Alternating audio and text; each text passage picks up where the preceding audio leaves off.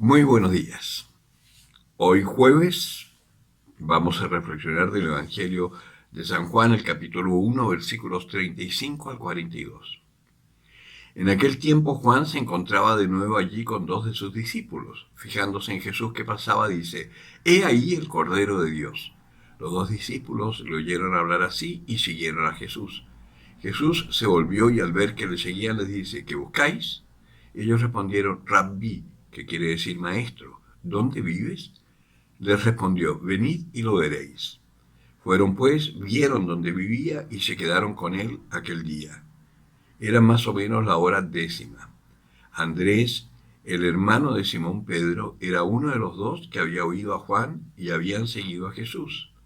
Este se encuentra primeramente con su hermano Simón y le dice: «Hemos encontrado al Mesías», que quiere decir Cristo, y le llevó donde Jesús. Jesús, fijando su mirada en él, le dijo: «Tú eres Simón, el hijo de Juan. Tú te llamarás Cefas», que quiere decir piedra. Palabra del Señor. Dos cosas que son interesantes, que saltan a primera vista.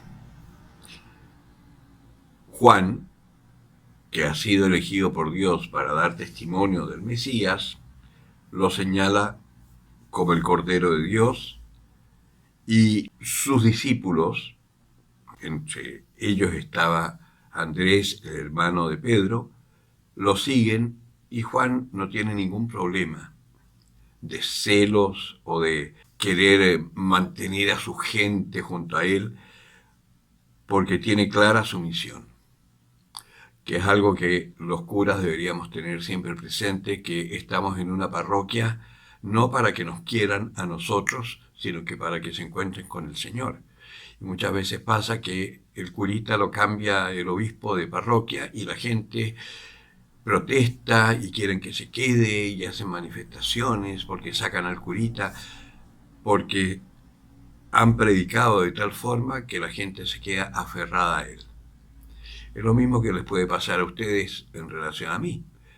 Les gusta mucho cómo predico, pero el día de mañana yo dejo de predicar y ustedes tienen que seguir. Tienen que seguir buscando la palabra de Dios, porque no es el Padre Hernán el importante. Acá no era Juan y lo sabía, y por eso no importa que sus discípulos vayan detrás del Señor. Y es más, no solo van detrás del Señor, que eso es lo siguiente. Apenas ven dónde vive el Señor, ellos empiezan a ser evangelizadores, y de hecho Andrés va a buscar a su hermano para decirle: «Encontramos al Mesías», y lo lleva a la presencia del Señor. ¿Dónde vivía el Señor? No lo dice, pero el Señor en algún momento les dirá: «Los pájaros tienen nido, las zorras tienen guarida, pero el Hijo del Hombre no tiene dónde reclinar la cabeza». ¿Dónde es que vivía entonces? Porque les dice: «Venid y lo veréis». Jesucristo era un itinerante. Vivía en muchos lugares, vivía donde le tocaba vivir. Pero había una cosa que era permanente, y muchos teólogos dicen que allí era donde vivía el Señor, que es en la voluntad de su Padre. Era su alimento, era su hogar. Hacer la voluntad de aquel que lo ha enviado para cumplir una misión, que es anunciar el amor de Dios.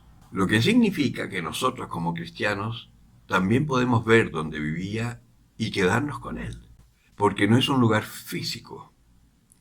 Lo importante es estar siempre con el Señor. Para eso, la oración es fundamental.